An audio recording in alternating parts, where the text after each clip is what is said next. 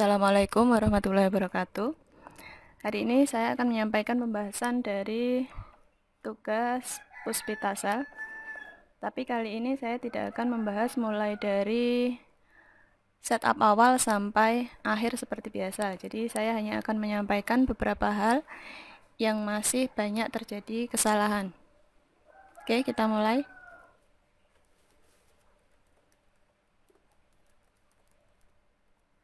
Isikan informasi perusahaan, yang lain saya kosongkan. Kita langsung saja. Untuk bulan pilih Januari tahun 2017.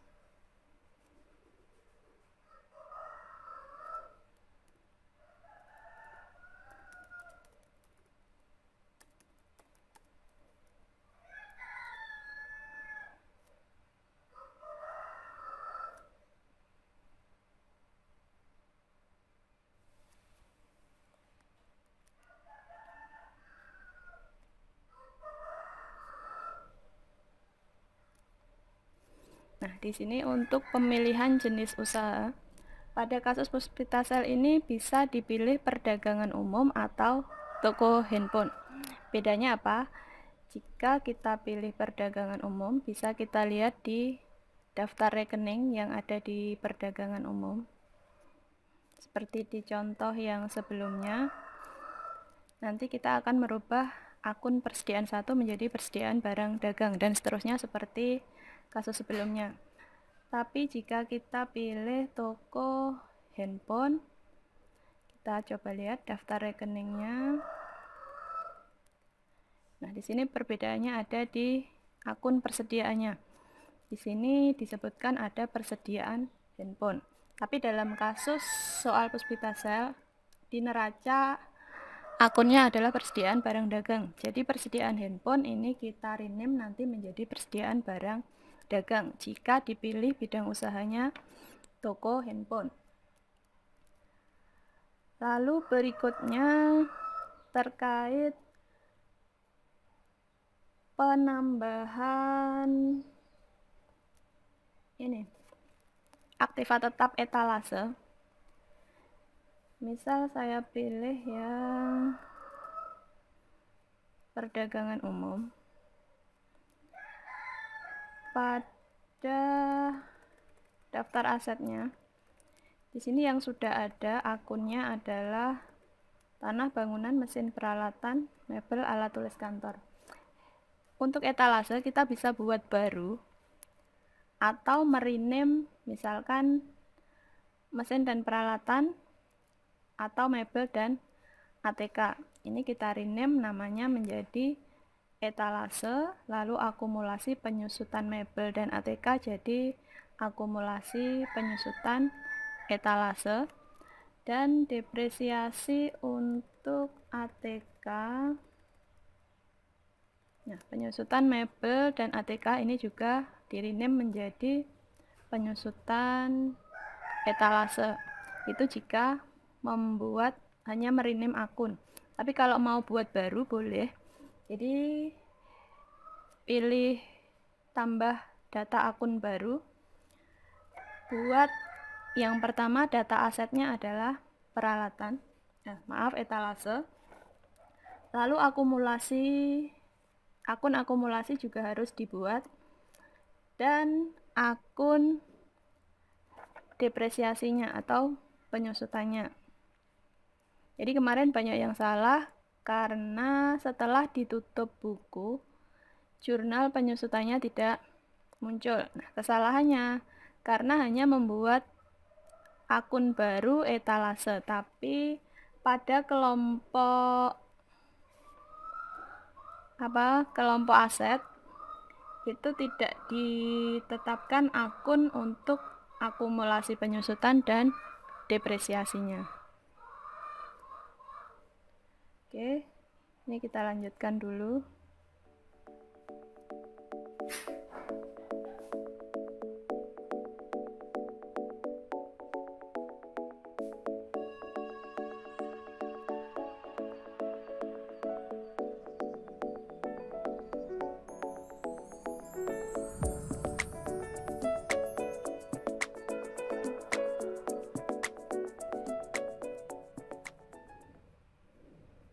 seperti yang sudah saya sampaikan tadi ya, kita misal membuat akun untuk etalase. Ada dua pilihan, bisa merename yang sudah ada, misal mebel dan ATK. Ini kita edit jadi peralatan, itu opsi yang pertama. Atau membuat baru,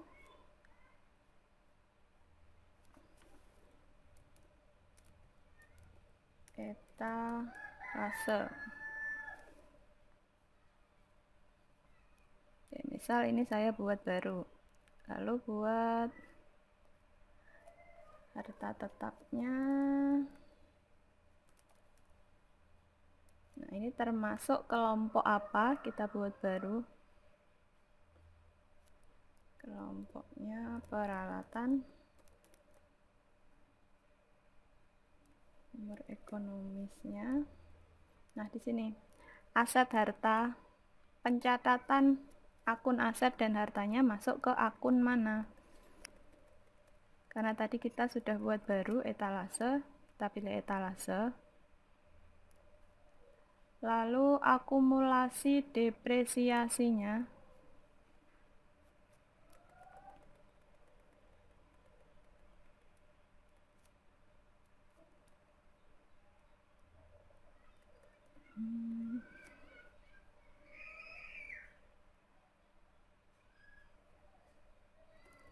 Buat baru lagi, akumulasi depresiasi etalase. Oke.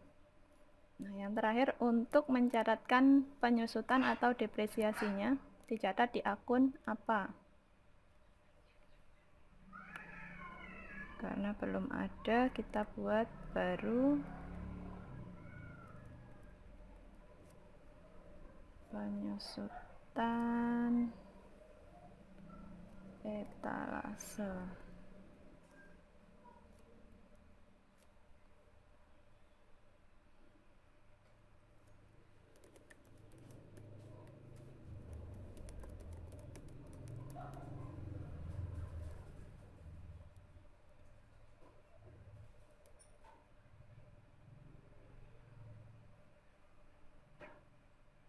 Nah, ini yang harus dilakukan jika membuat akun baru untuk mencatat aset tetap etalase. Tapi jika tidak membuat baru, seperti yang saya sampaikan tadi, cukup merename salah satu akun aktiva tetap yang sudah ada di sistem sini. Misalkan tadi dipilih mebel dan ATK, berarti akun-akun yang mebel dan ATK mulai dari aset, akumulasi dan depresiasi di rename menjadi etalase, akumulasi penyusutan etalase, dan penyusutan etalase. Tapi kalau tidak dibuat, kemarin banyak yang salah ketika sudah tutup buku, tidak muncul jurnal penyusutannya.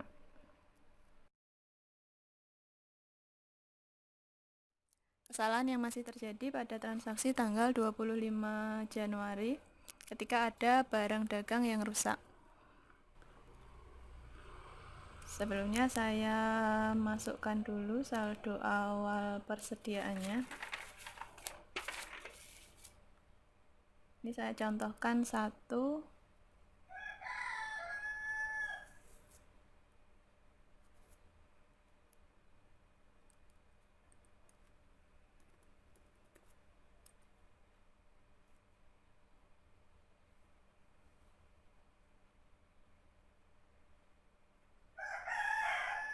Misal ada barang dagang yang rusak, catat di penyesuaian persediaan, tanggal, sesuaikan tanggal transaksi,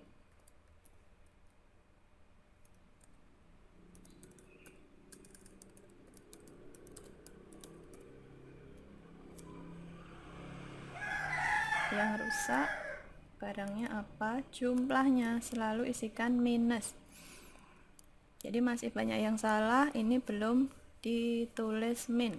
Jadi sejumlah barang yang rusak jumlahnya harus min. Lalu akunnya kita pilih kerusakan dan kegagalan material.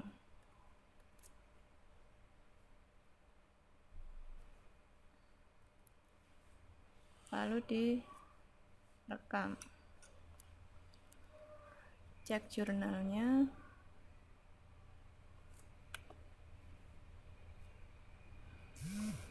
Beban kerusakan debit, persediaannya berkurang di kredit senilai harga pokok 1 unit barang yang rusak. Ini kalau benar.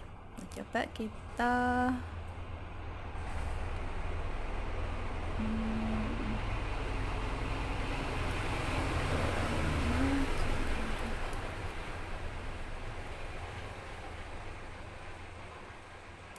misal jumlahnya tidak dimin.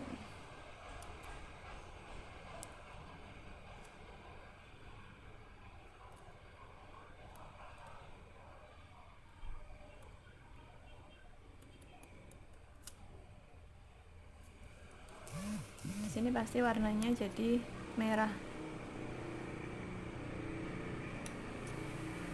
Direkam. Kita cek jurnalnya.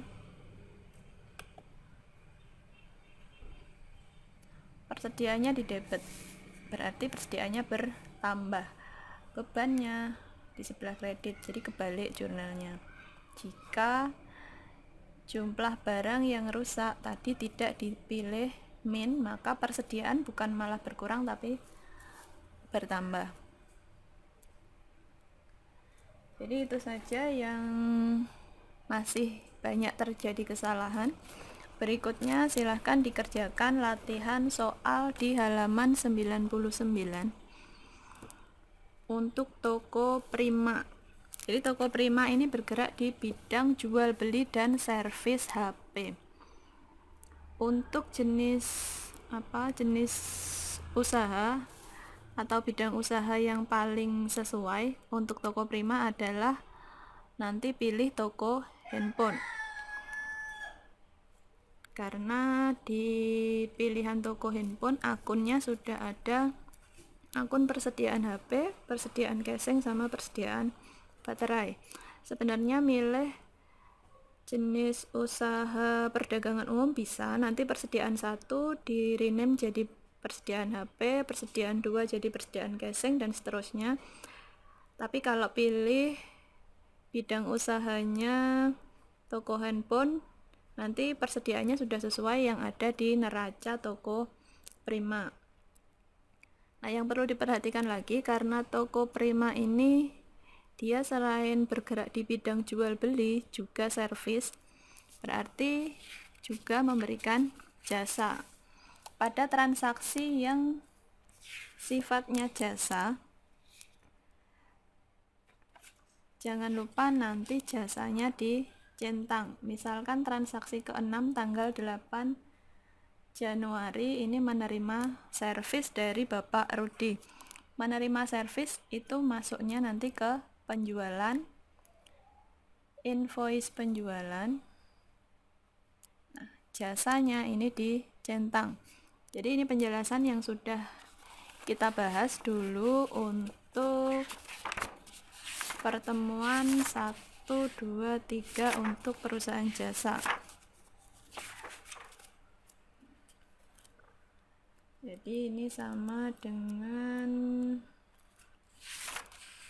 kasus di halaman 51 untuk Rudi Travel. Jadi ini gabungan antara jasa dengan dagang. Oke, selamat mengerjakan soal latihan halaman 99. Terima kasih. Assalamualaikum warahmatullahi wabarakatuh.